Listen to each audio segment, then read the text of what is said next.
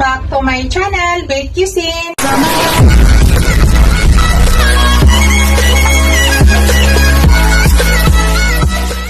Hello guys, to this video guys, magluluto tayo ng buto-buto ng pork. Ito yung pinaka-paborito kong part ng pork, yung buto-buto. Yan, may kasama siyang ribs. Gawin natin guys, nilagang buto-buto. Pero guys, may version po ito ha. Ito po yung nakasanayan ng husband ko. Gusto kasi niya kumain ng sinigang. Pero ayaw naman niya ng maasim. So, ngayon guys, maglaga tayo. Pero lalagyan natin ng kamatis. So, nakakaiba to guys ha. This is my version. Nilagang buto-buto na may kamatis. Para mayroon pa rin konting asim. Ayaw rin kasi niya na walang asim kaunti. So, lagyan natin ng konting asim at ito talaga yung niluluto ko para sa kanya guys. Yan. At saka ito po yung sangkap na ilalagay ko. Maglagay tayo ng white onion, siling haba. Tapos yan, maglagay tayo ng patatas. Yun lang ilalagay ko guys. At saka bok choy. Yan, bok choy. Yun lang mga ilalagay ko. Kung ano na yung kinakain namin, yun lang ilalagay ko. So, tara guys, umpisa na natin ang pagluto ng buto-buto. Yan. Gusto ko guys, malambot masyado yan. Yan guys, umpisa na tayo guys. Yan, nagpainit na ko. Ilagay ko na to guys. Pero wala tayong ilagay na mantika guys. Tatanggalan lang natin to ng extra lansa. Yung kanyang katas, tanggalin muna natin. Yan po yung ginagawa ko guys pag ako po ay naglaga. Igisa natin sa walang mantika. Kasi marami yung mga extra tubig-tubig. Yun po yung nakakapaglansa dyan. So yan, hintayin lang muna natin. At ipakita ko sa inyo mamaya guys. Para hindi na masyadong maba yung ating video. I-mix natin guys.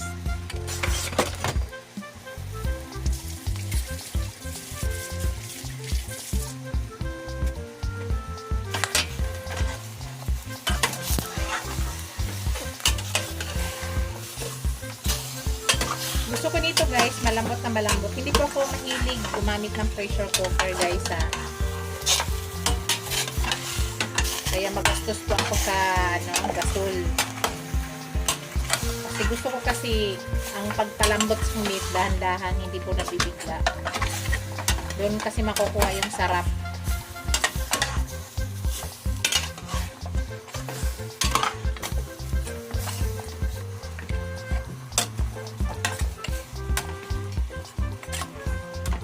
So, hintayin ulit natin yan. May lalabas pa ng katas yan, guys.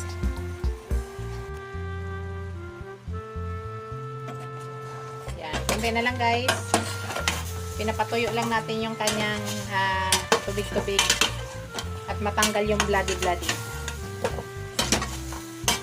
Yan. Dito, guys, ilagay ko na yung aking kamatis. Para madurog. Madurog na siya.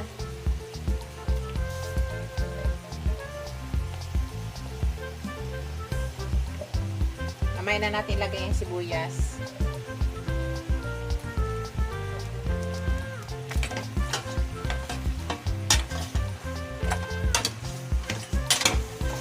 At ang ilagay ko nito guys yung pinaghugasan ko ng bigas, ang aking ilagay na tubig para pang palaga, yung pinaghugasan ng bigas. Sinasala ko yon, tapos yan yung ilalagay natin dyan.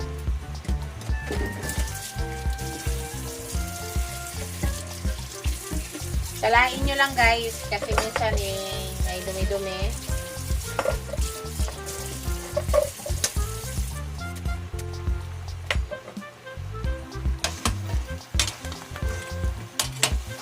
Yan, pwede na siya. Maglagay ako ng buong paminta, guys.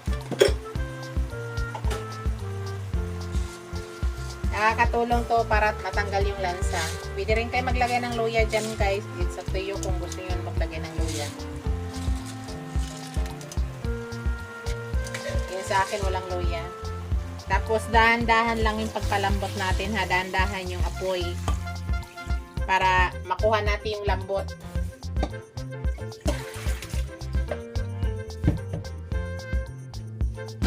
Damihan na muna natin tubig. Para di na tayo magdagdag mamaya yan. I-high mo lang muna natin yung apoy. Pagkatapos mamaya guys, pag kumulo yan, pahinaan lang yung apoy. Tapos tatakpan. So, ipakita ko sa inyo mamaya guys.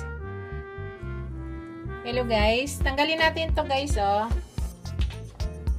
Tanggalin nyo yan kasi malansa yan guys. Malapit na siya kumulo. Kumulo na pero hindi pa gaano.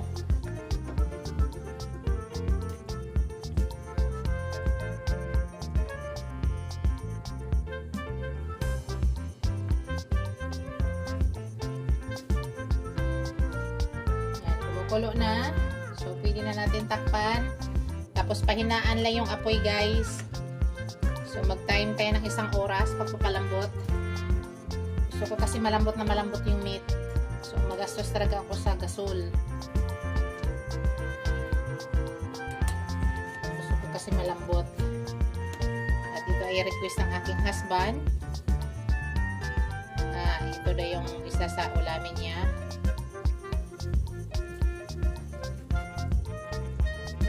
Itong niluluto ko guys ay mga kinakain lang namin, pang pamilya lang. Sinishare ko lang sa inyo. Baka mayroon diyang mga mamshi o kahit hindi mamshi na gusto matuto magluto.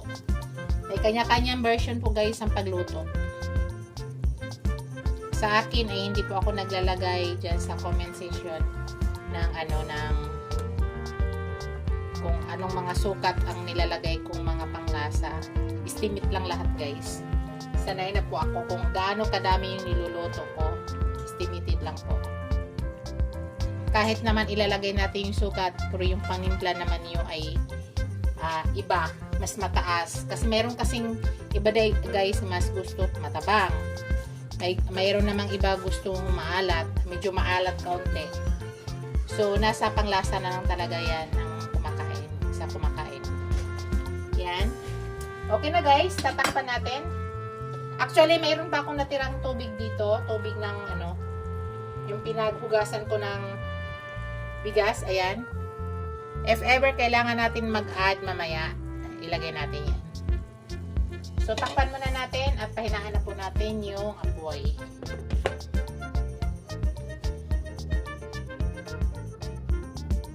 So, 1 hour guys, ang ating pagpapalambot niyan. Ipakita ko na lang sa inyo mamaya.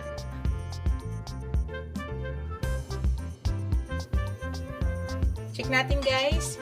Naka 30 minutes na tayo. Tingnan natin yung meat.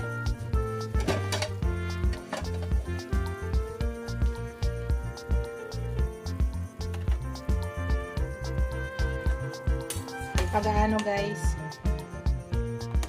So continuous muna tayo. Mag-add lang ko ng tubig guys para andito na sa lasa yung tubig niya. Yung pinaghugasan ko pa rin ang i-add natin.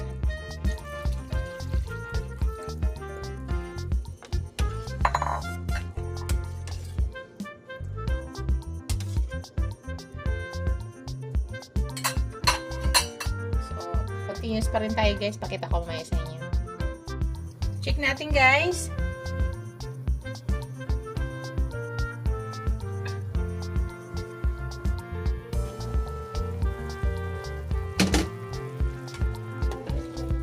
Malambot na to guys.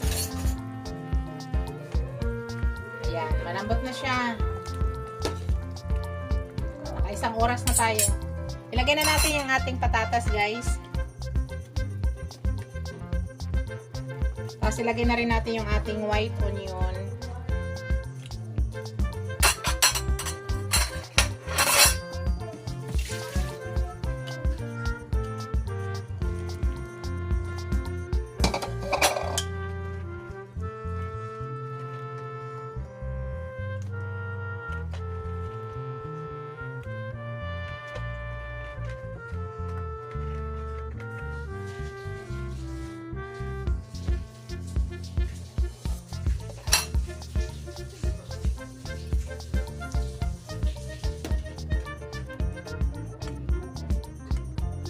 sabaw guys. No? Tama na yung lambot.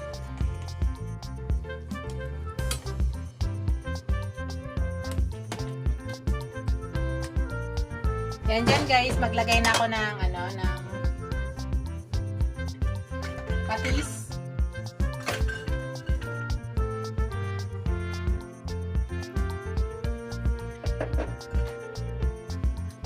Lagay na tayo ng patis. Tapos pag kulang yung lasa mamaya guys, ang i-add natin ay asin.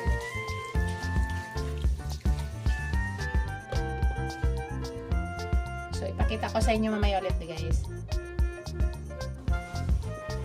Hello guys, tikman natin guys.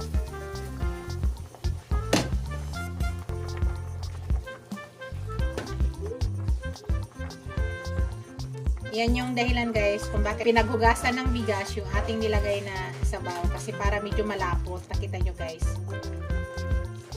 Ganyan po yung nakakapagpalapot din yung pinaghugasan ng bigas.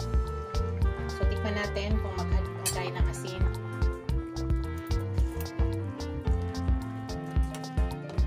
Tama na guys. Kasi hindi pwede maalat kay husband. Tama na yung niya, timpla. So palambutin lang natin yung patatas. Ngayon ilagay ko na yung siling haba. Yung bok choy pala guys, hindi ko po ihalo lahat ha. Kung ano lang yung kakainin namin ngayon, yun yung ilagay ko, yung green leaves. Tapos mamaya, pag ininit, ilagay natin ulit yung iba. So, para hindi lang malanta yung gulay. So, hindi natin isabay-sabay lahat. So, malapit na tayo guys. Pinapaluto lang natin yung patatas. Then, after, ilagay na natin yung bok choy. Then, done na tayo. Hello guys. Ilagay na natin yung ating bok choy guys. At luto na po yan. So, ilagay ko lang yung kakainin namin ngayon. Hindi lahat.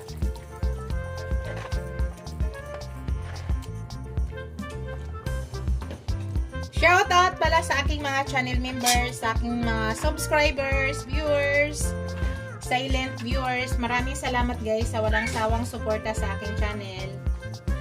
Yan, malapit na po yan guys.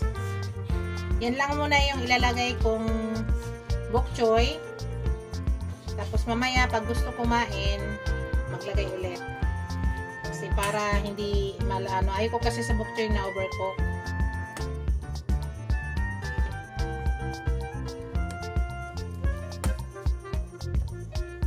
Daming sabaw guys. Sobrang dami. Yan na yung ating finished product guys. Yan na yung aking nilagang buto-buto ng baboy. Yan na guys. Kung mapapansin nyo guys, napakalapot ng sabaw. Akala mo nilagyan ng pagkalapot. Dahil doon sa nilagay nating pinaghugasan ng bigas. Yun po yung dahilan guys kung bakit yun po yung nilalagay ko. Yan. At kung mapapansin nyo, medyo may pagka-orange o pula ba yung aking sabaw dahil marami po tayong kamatis nilagay. So, this is my version guys sa nilaga. Mayroong kamatis. Alam ko yung nilaga wala pong kamatis para po kasi mayroong kapit lang na asim. Kasi yan po yung gusto ni husband. Nilagyan natin ng kamatis. So, ito na yung aking finished product. Thank you for watching, guys. Don't forget to like, comment, share, and subscribe to my channel. See you in my next video, guys. God bless us all. Bye. Ingat po lahat. Bye, guys. Yan, napakita ko sa inyo. Zoom in. Yan.